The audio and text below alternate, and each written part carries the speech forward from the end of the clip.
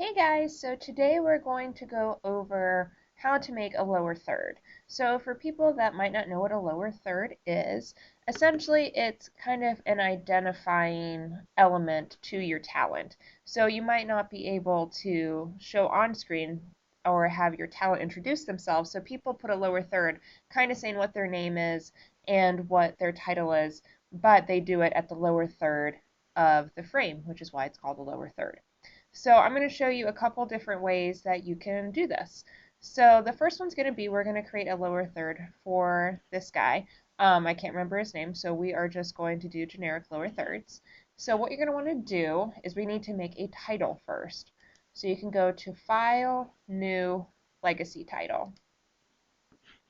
And then you're probably just going to want to title it, let's just say Sample Lower Third, and you won't have to worry about any of these options because it's going to match what your sequence is, and usually your sequence is going to be pretty much the same settings that you're going to want for your lower third. So just don't worry about that part. So we're going to go ahead and hit OK, and then you're going to see your talent show up in this window, and then you're going to see these two squares right here. One is your title safe, and I'll go over that briefly just in case you guys don't know. But title safe was made for earlier times when sometimes TVs would, if you didn't have the right aspect ratio, it would zoom it in and sometimes cut off certain important information. So they always said if you put any of your titles and they all fit within the square, your title safe, you would always ensure that people watching would get all the important information that you displayed on the screen. And then the outside box is your action safe here, which same situation, sometimes the TVs would, zoom it in a little bit and might cut off things. So they say any important action, make sure you had it on the inside of the square, and that way your viewers wouldn't miss anything on the outside. So with that being said, it's not as important to really keep into this rule because now with TVs these days, you don't have that much of an issue. So I don't worry necessarily about my title safe. This inner box, I put everything in my action safe, and that seems to be okay. I haven't run into any issues yet. So my titles I will keep in this action safe box, but I don't necessarily need to put it in the title safe. So it's up to you guys and what you would like to do. Excuse me. So what we're going to do is we're going to hit this little text right here, this little icon, and that's going to let us draw a text box. So I'm going to stay in my action safe and I'm going to draw a text box here. And I'm just going to say, I'll just put in my information.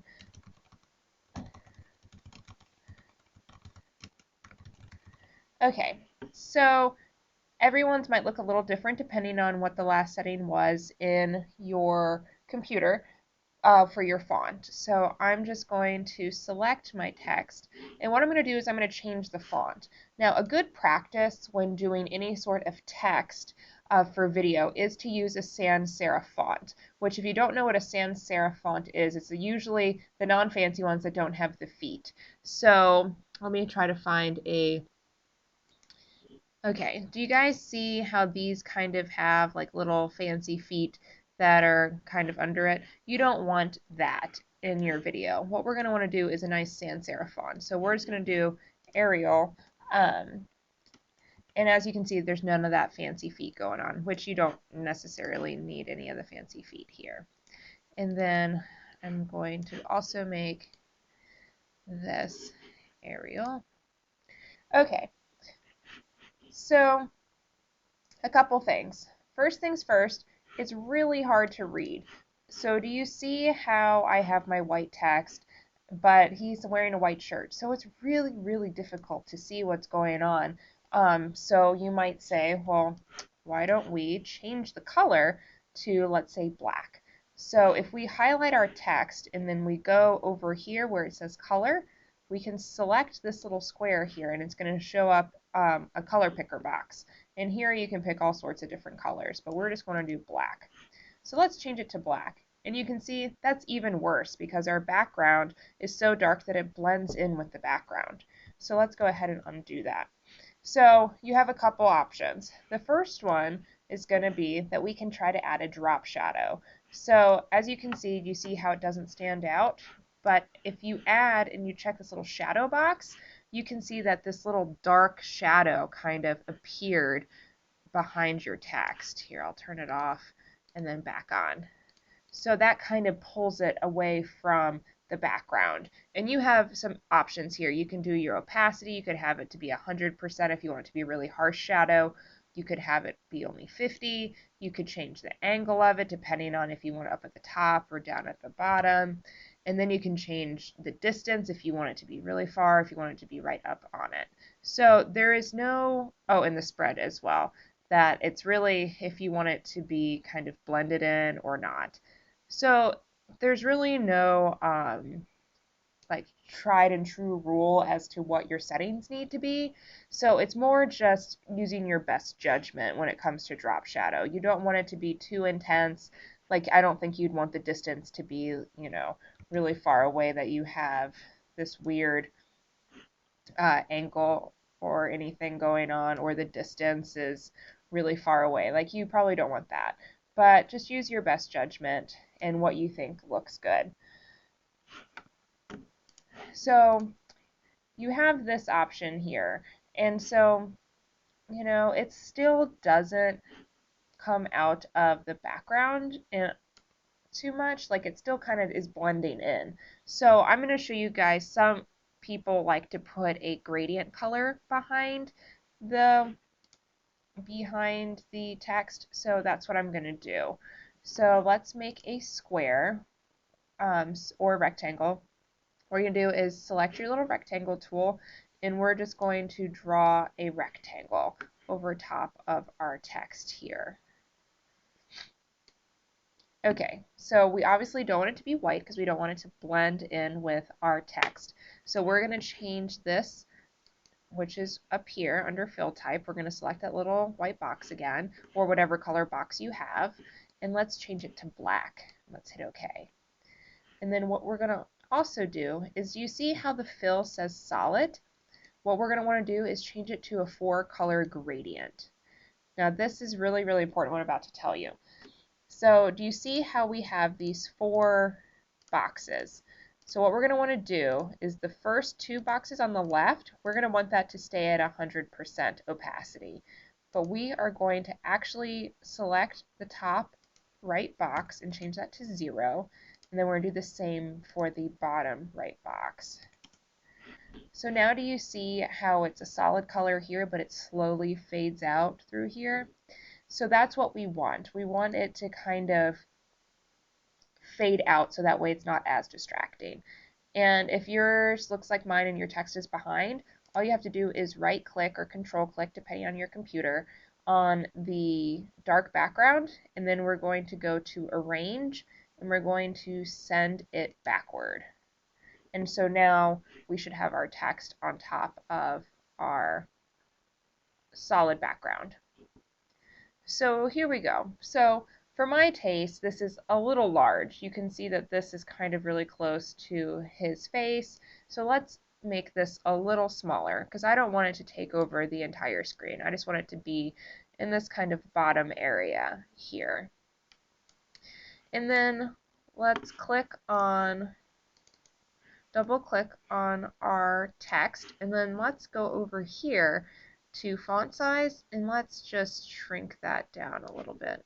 I spelled this all wrong. Okay, so let's shrink our text. Okay, right about here.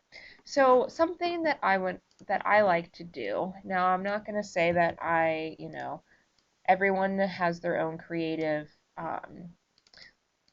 type of style. So something that I do is I like to make my title slightly smaller than my name, and then I also sometimes like to italicize the title of somebody, so that way it really shows a difference.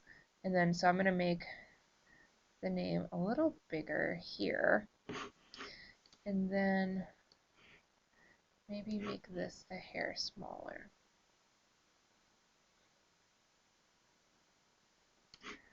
Okay, and we can see what that looks like.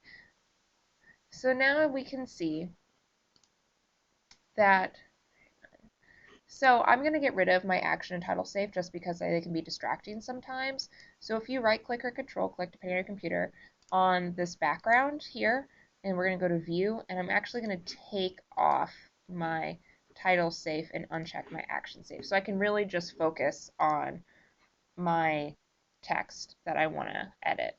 So what we're going to do is we're just going to kind of center that up.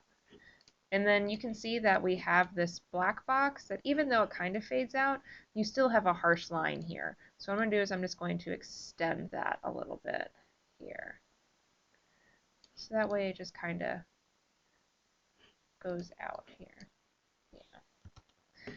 And so I'm also going to get rid of the drop shadow that we have going on because you don't necessarily need a drop shadow now that we have this kind of dark background behind it here.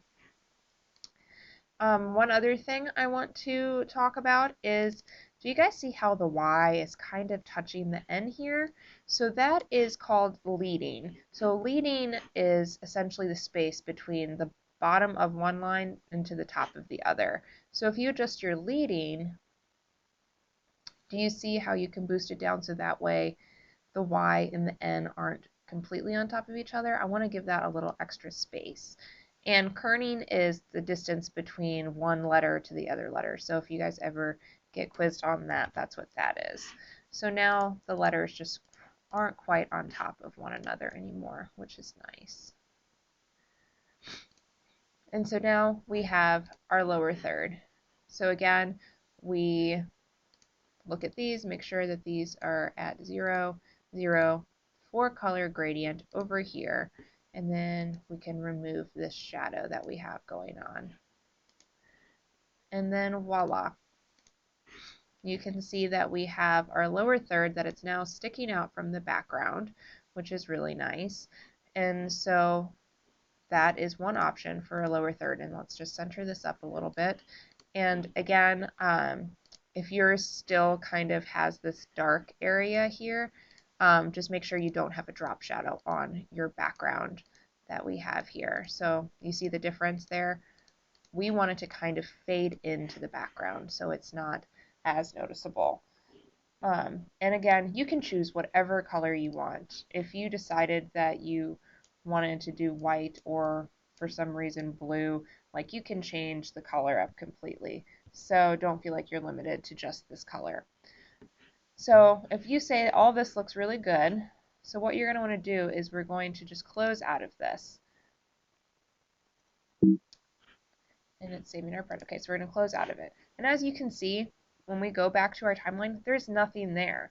So what you have to do, you can see that our sample lower third is actually in our project area over here. You actually have to click and drag it on top to get your lower third. So again, it's not going to automatically add it to your timeline. You're going to click and drop it over here. So a good practice is what I like to do. Is I like to add a transition to my lower third. So let's watch here. The interaction with other students kind of in the space was certainly very interesting and would take you outside of your comfort. To me, now again, this is just my own thought, it's a little distracting. So what I'm going to do is I'm going to add a default transition or a cross dissolve. You can do this one of two ways. You can right click and select default transition. Now you guys see how this icon is changing, how I have this kind of arrow pointing to the right. Click apply default transition, and that's how you can do that. And now action with other students in the space was certainly very interesting and would take you outside of your. To me, that's less distracting. Another thing that you can do is Command T. If you select your lower third, Command T applies transitions to both ends, which is really nice. But if you guys don't want to use those shortcut keys, right click or control click on the side of your lower third and apply default transitions here and here. So let's apply this transition here really quick. So let's say that you don't necessarily want to have the black box behind, and that's completely fine. You can have some lower thirds that don't have the black box behind at all, and you are just using a drop shadow. Now that's completely fine because sometimes people don't like to have a dark box behind their lower third. So you can delete it and you can just have your lower third show like this, which is completely fine. There's nothing wrong with that. It's really up to you and what font and what style and what you want your lower third to look like. Something I do want to iterate is, do you notice how if I go back to here, the black box is gone? And if I come back here, so what happened is, if you edit in the same, do you see how I'm editing on the same lower third project file? It's going to automatically change. So if you're going to want to add multiple lower thirds, you have to duplicate your lower third. And I know that can be a little confusing. I might not be explaining it very well, but what you want to do is a couple things. You can duplicate it, so that way it's a completely different lower third here, and then you can edit it. And let's just call this name. So now this one gets only affected, but not this past one. But if I just copy this lower third and I paste it over here, oops, and I change this lower third, it's going to affect this lower third because they're essentially the same exact one. You're just copying and pasting it, which means it's seeing it as the same one. So we need to duplicate. So that way, and we can change the name here. We can call this sample lower third 2.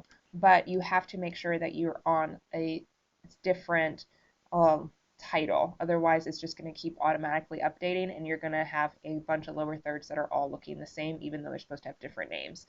Now, just remember that it might be confusing. I can talk more about that if I'm not making sense, but just remember you always, always, always want to duplicate if you're going to be having different lower thirds.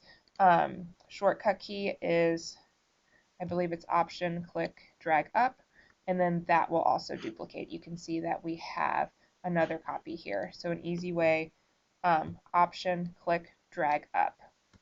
And then you can see that's also duplicating. But if the shortcut keys aren't working for you, right click, duplicate. And then these are all their own separate titles, so you can change them however you want.